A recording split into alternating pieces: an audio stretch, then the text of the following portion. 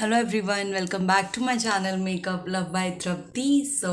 From the title, you might have guessed that this video is going to be a chit chat video. Today I'm going to share my COVID anxiety journey, treatment, and recovery.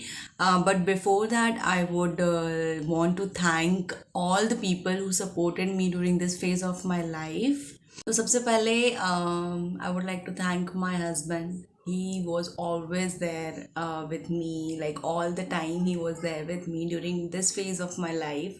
My family included all the people, my in-laws, my parents, my brother, my bhabhi, my sisters, my brothers, like everyone in my family, मेरे cousins वगैरह सब everyone.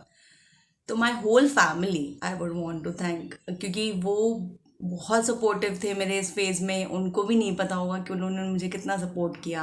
I love them a lot, I love my family a lot.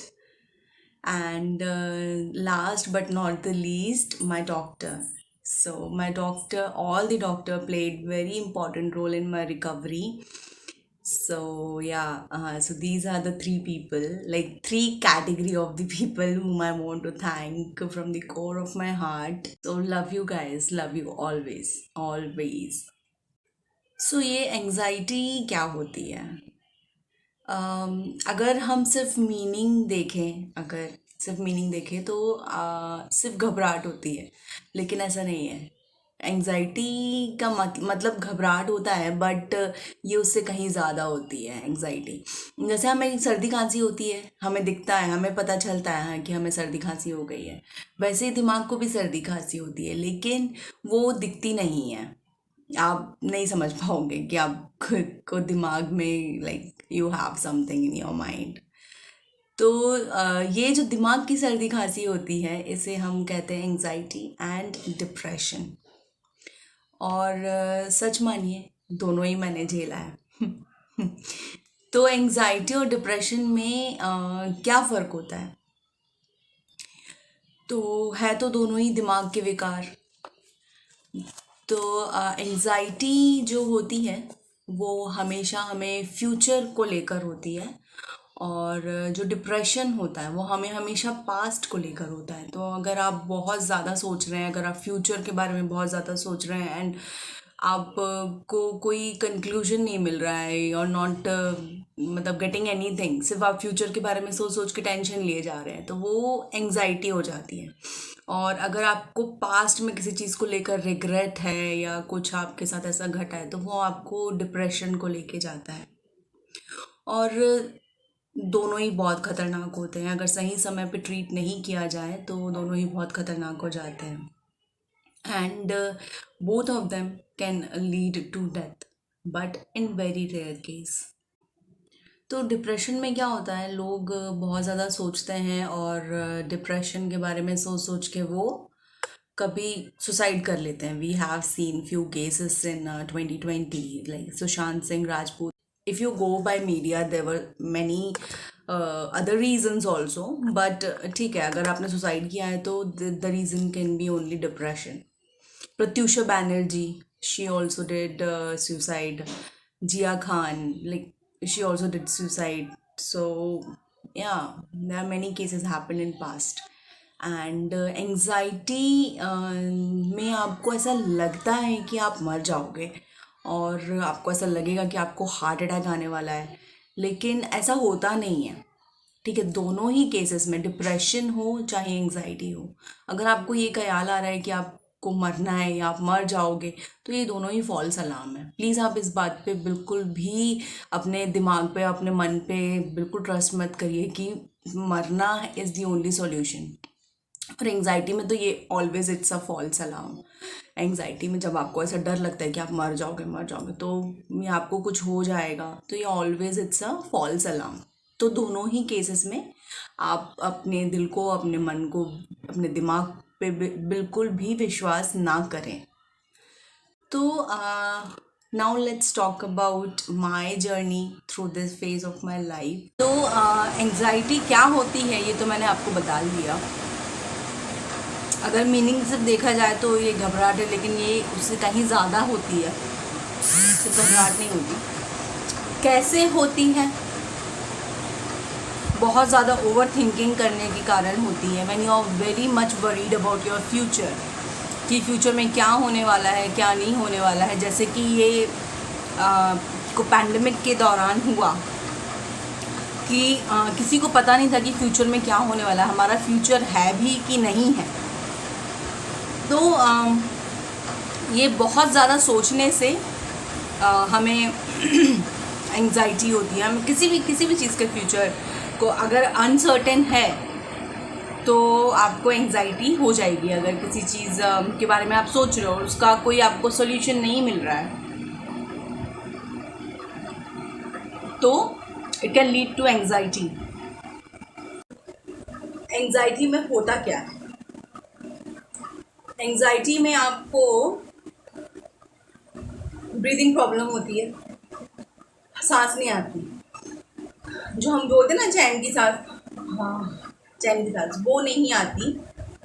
आपका heart rate बहुत ज़्यादा बढ़ जाता है, palpitation होता है, आपको पसीना निकलेगा, हार्ट रेट बहुत ज़्यादा बढ़ जाएगा, आपको लगेगा कि बस आपको भी हार्ट अटैक आने ही वाला है, पर ऐसा होता नहीं है। तो ये सारे हैं एंग्जाइटी के सिम्टम्स।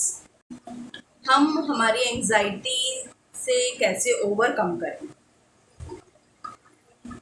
तो सबसे पहले तो एंग्जाइटी ओवरकम करने के लिए आपको उन सारी चीज़ों से दूर रहना पड़ेगा जिनके कारण से आपको एंग्जाइटी हो रही है, क्योंकि एंग्जाइटी तब तक के रहेगी जब तक कि एंग्जाइटी का कारण रहेगा।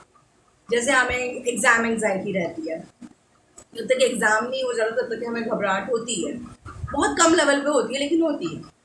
अब जैसे आपको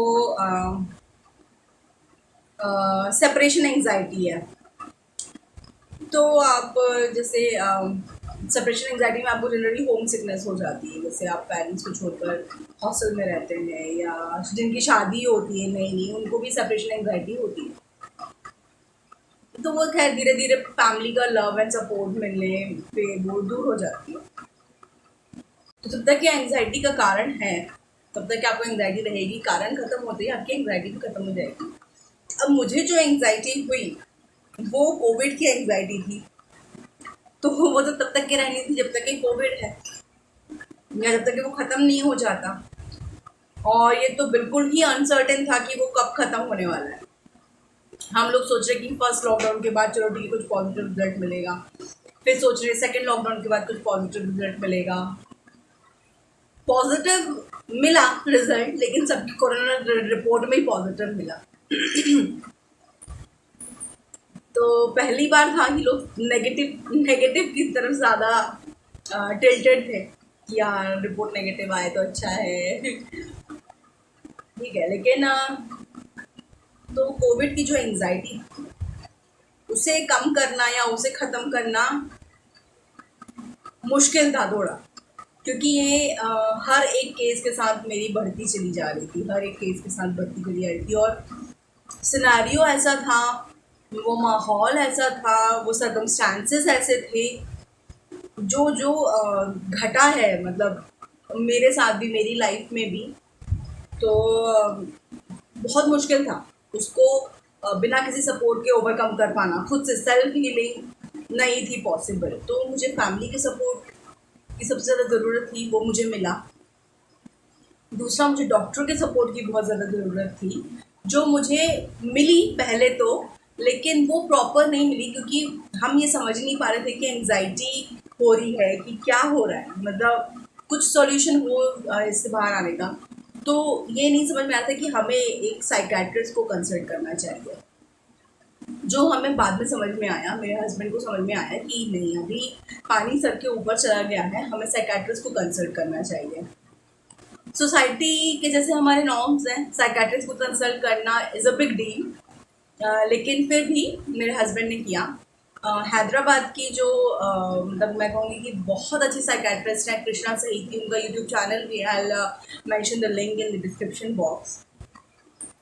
she is an amazing doctor. मुझे वैसे जितने भी डॉक्टर्स मुझे मिले चाहे वो पुणे के नारायण सुरवत से हों, चाहे सिडनी के डॉक्टर सौरभ जठार हों, दे वर ऑल वेरी सपोर्टिंग। उन्होंने मुझे बहुत सपोर्ट किया, मेरी फैमिली ने बहुत सपोर्ट किया। पर जो एक्चुअली में मुझे हीलिंग जो मुझे मिली वो डॉक्टर सहिती की मेडिकेशन और उनके मॉरल सपोर्ट के कारण मिली। उन्होंने जो फिर मेरी मेडिसिन चलाई और जो उन्होंने मुझे मॉरल सपोर्ट दिया कि मतलब जिस चीज़ का मुझे डर था उस चीज़ के मुझे सॉल्यूशंस दिए कि अगर आप तुम्हारे घर में किसी को भी कोविड होता है तो मैं तुम्हें किसी डॉक्टर के पास जाने की ज़रूरत नहीं, कहीं भाग दौड़ करने की ज़रूरत नहीं है। I treat them from here, I treat them. So that was the confidence she had given me. And तुम्हारी जो भी टेंशन है, जो भी है, सब तुम मेरे पे दे, मुझे दे दो, सब मुझ पे छोड़ दो। So that were the words she had given to me और इट वॉज वेरी रिलीविंग। फिर उसके बाद तो उन्होंने जो दवाइयाँ चलाई, एक्चुअली में साइकेट्रिस्ट का ही अगर देखो, अगर आपकी हड्डी टूटती है तो आप ऑब्वियसली ऑर्थोपेडिक के पास जाओगे, किसी न्यूरोसर्जन के पास तो नहीं जाओगे ना। न्यूरोसर्जन के पास जाओगे तो वो इलाज करेगा। हाँ, हड्डी का डॉक्टर तो हड्डी का इलाज करेगा। हाँ, अभी आपको गैस हो रही है और आप हार्ट सर्जन के पास जा रहे हो, कार्डियोलॉजिस्ट के पास जा रहे हो, तो आपको क्या ट्रीटमेंट देगा? तो अगर आपके साइकोलॉजी से रिलेटेड कोई प्रॉब्लम है, आपके ब्रेन से रिलेटेड प्रॉब्लम है, तो आई वुड से कि आप साइकेट्रिस्ट को ही कंसल्ट करें, चाहे वो एंग्जाइटी हो, चाहे वो डिप्रेशन हो, या चाहे वो किसी भी तरीके का मानसिक विकार हो, तो आप साइकेट्रिस्ट को ही कंसल्ट करें। It is very normal. किसी के भी साथ ऐसा होना is very normal. It is not abnormal, you are not abnormal, you are very normal. और आप जाइए, आप कंसल्ट करिए, वो आपका सही ट्रीटमेंट करेंगे। क्योंकि मैंने 2 एमडी फिजिशियन से कंसल्ट किया, मुझे रिलीफ मिला, बट शॉर्ट टर्म रिलीफ मिला। ठीक है, अगर आपको गैस की कुछ प्रॉब्लम है, आप एमडी फिजिशियन के पास जाओगे, वो आपको कुछ दवाइयाँ देगा, आपको रिलीफ मिलेगा, लेकिन शॉर्ट टर्म रिलीफ मिलेगा। वहीं अगर आप उसके प्रॉपर डॉक्टर के पास जाओगे तो वो शुरू से लेके आखिरी तक सब एवरीथिंग ही विल चेक, लाइक उसके पर्सपेक्टिव से चेक करके आपको उस हिसाब से दवाई देगा ताकि वो आपकी बीमारी को जड़ से ख़त्म करे। दिमाग की बीमारी साइकेट्रिस्ट ही जड़ से ख़त्म कर सकता है। आप किसी के और को दिखाओगे तो आपको शॉर्ट टर्म रिलीफ ज़रूर मिलेगा, लेकिन वो आपकी बीमारी को जड़ से ख़त्म नहीं करेगा।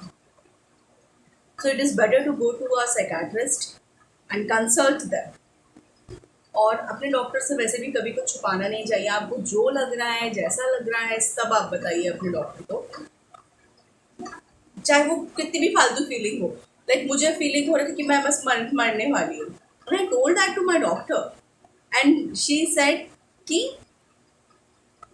ठीक है। उन्होंने बहुत मतलब बहुत अच्छे से मेरी सिचुएशन को ट्रीट किया उन्होंने, क्योंकि वो वैसे पेशेंट को डील कर चुकी हैं, ऑब्वियसली कर चुकी होंगी, तो बहुत अच्छे से उन्होंने डील किया मेरी सारी प्रॉब्लम्स को। और वैसे ही उस हिसाब से ट्रीटमेंट दिया, मॉरल ट्रीटमेंट दिया, प्लस उन्होंने मेडिसिन दी, प्रॉपर मेडिसिन दी, जो काफ़ी हेल्प करी। और अभी मैं एकदम फिट हूँ, परफेक्टली फाइन हूँ। अभी भी मेरी दवाइयाँ चल रही हैं, बस एक ही दवाई चलती है मेरी रात में, बाकी सारी दवाइयाँ बंद हो चुकी हैं मेरी। और कुछ थेरेपीज़ हैं जो डॉक्टर सजेस्ट करते हैं, तो वो थेरेपीज़ करना ज़रूरी है। लाइक वैसे मैंने आर्ट ऑफ लिविंग की मेडिटेशन एंड ब्रीदिंग एक्सरसाइज वगैरह वो सब मैंने ज्वाइन किया हुआ था।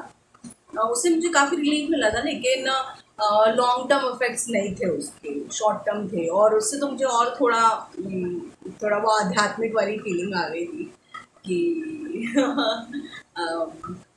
बस भगवान ही है सब कुछ, and you should go to मतलब अपने भगवान के पास चले जाओ, ऐसी वाली फीलिंग आती थी। तो ठीक है, कोविड के कारण जो कुछ भी हुआ है, मतलब मतलब मेंटली जो हेल्थ जो लोगों की ख़राब हुई है, बहुत लोगों की हुई होगी, बहुत लोगों ने ट्रीटमेंट लिया होगा, बहुतों ने नहीं लिया होगा, इग्नोर किया होगा, कुछ सेल्फ हील भी हुए होंगे। पर अफेक्ट तो सभी को हुआ है, चाहे कोई भी हो, मतलब इवन डॉक्टर्स को की भी मेंटल हेल्थ वाज लाइक, उनको भी बहुत काफ़ी प्रॉब्लम हुई। लोग काफ़ी मेडिटेशन की तरफ काफ़ी काफ़ी लोग टिल्ट हुए हैं, डाइवर्ट हुए हैं काफ़ी लोग मेडिटेशन की तरफ। और करना चाहिए meditation, it is good for health, yoga and meditation. और इसके दौरान रामदेव बाबा जी ने बहुत लोगों की मदद करी है अपनी योगा और अपनी योगा ट्रिक्स और आयुर्वेद से उन्होंने काफ़ी हेल्प करी है लोगों की। तो ये था मेरा कोविड एंजाइटी का ट्रीटमेंट जो चला। मैंने अपने आप को रिकवर कैसे किया? Medicines, moral support from doctor and your family is very important, but self healing is also very important. तो जब when I was facing this anxiety and once when I thought कि मैं तो आज मेरी ज़िंदगी बस ख़त्म ही होने वाली है, उस दिन व्हेन आई मतलब एक क्षण के लिए जब आप मतलब ऐसा कहते हैं ना कि जब आप मरने वाले भी होते हो ना, तो एक सेकंड के लिए आपकी पूरी लाइफ जो आपको फ्लैशबैक में दिखती है, तो मेरे साथ भी वैसा ही हुआ। पूरी मेरी पिछली लाइफ मेरी आंखों के सामने आके खड़ी थी और मेरे सारे सपने, मतलब मैं क्या करना चाहती थी और क्या जो कुछ भी मैं चाहती थी करना, वो सब मुझे लगा कि यार मेरे पास तो टाइम ही नहीं है ये सब करने का, कब करूँगी मैं ये सब। तब उसके बाद जब मैं ठीक होना चालू हुई, चलो उस समय तो मैं अपनी एंजाइटी से ही लड़ रही थी and when I started recovering, तब मुझे रियलाइज़ हुआ कि मैंने जो सपने देखे हैं, जो मैं करना चाहती हूँ, वो मुझे शायद कर लेना चाहिए, क्योंकि लाइफ में आपको दोबारा चांस बहुत मुश्किल से मिलता है लाइफ में। मतलब अगर क्या होगा अगर आपकी कल ज़िंदगी ख़त्म हो जाएगी, तो आप ये चीज़ रिग्रेट करते रहोगे कि यार मैंने ये सोचा था, मैं नहीं कर पाया या मैं नहीं कर पाई। तो अपनी लाइफ में ऐसा कोई रिग्रेट मत रहने दो। जो कर सकते हो या जो आप करना चाहते हो, और कुछ कुछ एक्सक्यूज़ेस देके, जैसे कि हमारे पास टाइम नहीं है, जैसे किसी की हॉबी है डांसिंग की और वो डांस नहीं कर पा रहा है, ये एक्सक्यूज़ देके कि यार घर में काम है, बच्चे हैं, हस्बैंड है, फैमिली है, तो हम नहीं अपना हॉबी परस्यू कर पा रहे हैं, या हम जो करना चाहते हो हम नहीं कर पाते। ये सब एक्सक्यूज़ेस हम देते हैं अपने आप को तसल्ली देने के लिए। पर यार कर लो, क्योंकि ना जब वो मोमेंट आएगा ना, तब आप सीरियसली यही सोचोगे कि जब हमारे पास समय था हमने नहीं किया। तो मैं जो करना चाहती थी, मैं काफ़ी समय से सोच रही थी कि मुझे मेरा बिजनेस चाहिए, मुझे अपना एक जिस चीज़ का शौक है वो मुझे पूरा करना है। मुझे शॉपिंग करने का शौक है। सबसे ज़्यादा दिक्कत पता है कोविड में क्या हुई थी मुझे, कोरोना मतलब इस 2020 में ज़्यादा प्रॉब्लम मेरे साथ ये हुई थी कि मैं शॉपिंग नहीं कर पा रही थी सीरियसली, मतलब शॉपिंग नहीं कर पा रही थी मैं। ये मेरे लिए बहुत बड़ा धक्का था कि यार मार्केट जाके शॉपिंग नहीं कर पा रही हूँ मैं, ऑनलाइन शॉपिंग नहीं कर पा रही हूँ। तो जैसे ही सब कुछ नॉर्मल हुआ, मैंने बहुत सारी शॉपिंग करी और शॉपिंग करने के लिए मैं काफ़ी वेबसाइट्स वगैरह ऑनलाइन शॉपिंग कर दी, तो वेबसाइट्स वगैरह काफ़ी सर्च करती थी। तो मैंने सोचा कि यार चलो मैं अपना प्रोफेशन, जो मेरा ये शौक है, इसको और आगे परस्यू करते हैं, अपना खुद का एक ऑनलाइन बिजनेस खोलते हैं। मैंने अपना एक ऑनलाइन बिजनेस ओपन किया। मुझे उससे काफ़ी अच्छा लगा, मतलब मैं जो चाहती थी करना वो मैं कर रही हूँ। तो मुझे ये था कि यार अपनी 9 to 5 जॉब के अलावा मैं और क्या कर रही हूँ अपनी लाइफ में। जॉब तो चलो ठीक है, मैं पैसा कमाने के लिए अपनी जॉब कर रही हूँ, लेकिन अपनी खुशी के लिए मैं क्या कर रही हूँ अपनी खुशी के लिए। तो तब समझ में आया यार, अब दोबारा लाइफ में आपको दोबारा मौका नहीं मिलता। एक बार लाइफ ख़त्म हो गई तो फिर कुछ नहीं है आपके पास, कोई आपको याद भी नहीं होगा, कोई कुछ पता भी नहीं रहेगा कि बस सिर्फ एक रिग्रेट रह जाएगा कि यार वो रिग्रेट भी एक्चुअली नहीं रहेगा। मरने के बाद किसको पता रहता है कि क्या है क्या नहीं। इसलिए जब तक ये ज़िंदगी है, आप जो चाहते हो वो कर लो। एक्चुअली में हिम्मत करो और कर लो। मैंने भी बिज़नेस स्टार्ट करने से पहले काफ़ी समय से सोच रही थी मैं करना है, लेकिन स्टार्ट करने से पहले मैंने एक बार भी सेकंड थॉट नहीं दिया कि मुझे स्टार्ट करना चाहिए या नहीं करना चाहिए। मुझे करना था, मुझे चाहिए था, तो मैं करूँगी, चाहे इसमें मुझे सक्सेस मिले चाहे मुझे फेलियर मिले। कभी रिग्रेट नहीं रहेगा कि मैंने इसमें कोशिश भी नहीं करी करने की जो चाहती थी। दूसरा, मुझे मेकअप का बहुत शौक़ है और मैं चाहती थी कि मैं मेरे थॉट्स जो हैं वो पब्लिकली शेयर करूं लोगों के साथ। अपने मेकअप ट्रिक्स एंड टिप्स वगैरह या जो जो कुछ भी है मेरे पास वो मैं शेयर करूं। मैं अपना एक यूट्यूब चैनल काफ़ी समय से बनाना चाहती थी, मतलब काफ़ी समय से, मतलब 2013 से मैं चाहती थी कि मेरा हो एक यूट्यूब चैनल। मुझे नेल आर्ट का बहुत शौक़ है, अभी भी है नेल आर्ट का, तभी भी था। तब मैं नेल आर्ट बहुत करती थी, बच्चे नहीं थे, नई नई शादी हुई थी, काफ़ी नेल आर्ट करती थी मैंने अपना वीडियो भी शेयर किया हुआ है नेल आर्ट का। तो मैं चाहती थी, तब से चाहती थी कि मेरा एक यूट्यूब का चैनल हो जिसमें मैं लोगों को बता सकूं कि ठीक है, अपने थॉट्स अपने व्यूज़ शेयर करूँ पब्लिक प्लेटफॉर्म में, किसी एक प्लेटफॉर्म में। तो बहुत बार सोचा करने की कोशिश करी, लेकिन इतने साल लग गए, देखो 2013 और 2021, इतने साल लग गए मुझे यहाँ पर आने के लिए। आप लोगों से फेस मतलब रूबरू बात करने के लिए इतने साल लग गए मुझे हिम्मत जुटाने के लिए कि मैं ये यूट्यूब चैनल अपना बनाऊँ। पर भाई जब लगा ना कि अभी लाइफ में कुछ लाइफ ही नहीं रहेगी तो क्या रहेगा, तब लगा कि नहीं, सब कर लो, अपने सपने पूरे कर लो यार, कर लो अपने सपने पूरे। तो फिर जब मैंने ये सब स्टार्ट किया तो ये मैंने एक्चुअली मुझे डॉक्टर ने बोला था कि आप अपने आप को किसी तरह एंगेज रखिए। तो मैं एंगेज अपने आप को रखने की कोशिश करती थी। तो जो मुझे जिन चीज़ों का शौक़ था, जो मैं करना चाहती थी, वो सारी चीज़ें मैंने करना स्टार्ट किया और इसी में अपने आप को बिज़ी रखती थी।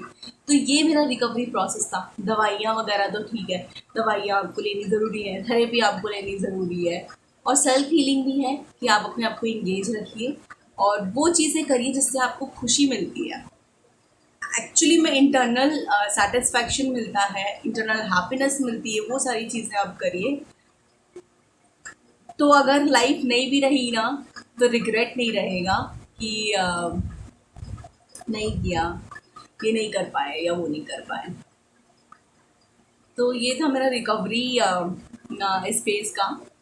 और दिस इज़ हाउ, अगर आप में से जो भी ये मेरा वीडियो देख रहे हैं, अगर आप भी इसी तरह के किसी दौर से गुजरे हैं, या जैसे पोस्टपार्टम डिप्रेशन होता है, I have faced postpartum depression as well, पर मैंने उसके लिए कोई ट्रीटमेंट नहीं लिया, आई जस्ट इग्नोर्ड इट, क्योंकि पोस्टपार्टम डिप्रेशन प्रेगनेंसी के बाद होता है और चला जाता है, पर उसको ट्रीट करना ज़रूरी है। आपको उसके लिए भी साइकियाट्रिस्ट से कंसल्ट ज़रूर करना चाहिए to deal with that situation. उसको जस्ट लाइक दैट छोड़ देना नहीं चाहिए कि चलो ठीक है, टाइम के साथ ठीक हील हो जाएगा। हील नहीं होता, मतलब ठीक है आप भूल जाते हो, लेकिन वो अंदर रहता है, हील नहीं होता, मतलब जड़ से ख़त्म नहीं होता। दैट इज शॉर्ट टर्म आपका रिकवरी हो जाता है, लेकिन लॉन्ग रन में वो हेल्प नहीं करता। तो अगर आपको प्रेगनेंसी के बाद भी ऐसा कुछ डिप्रेशन फील होता है तो ज़रूर आप साइकियाट्रिस्ट को कंसल्ट करिए। Don't give it a second thought कि करना चाहिए या नहीं करना चाहिए, ज़रूर करिए, या अपने जो गायनेकोलॉजिस्ट हैं उनसे बात करिए इस बारे में। तो अगर आप किसी भी चीज़ को, आपको अगर एंग्जाइटी होती है या डिप्रेशन होता है और आपको मेरा वीडियो हेल्पफुल लगता है तो प्लीज़ प्लीज़ प्लीज़ मेरे वीडियो को लाइक करिएगा और मेरे चैनल को सब्सक्राइब करिएगा, और and share it with your friends as much as you can. और मुझसे ज़रूर शेयर करिएगा अगर आप भी इसी तरह की किसी प्रॉब्लम से जूझ रहे हैं, तो ज़रूर शेयर करिएगा। I'll see if I can help। मैं मुझसे जिस भी तरीके की हेल्प बन सकेगी मैं करूँ। सो thank you guys, thanks for watching. See you in my next video. Bye bye.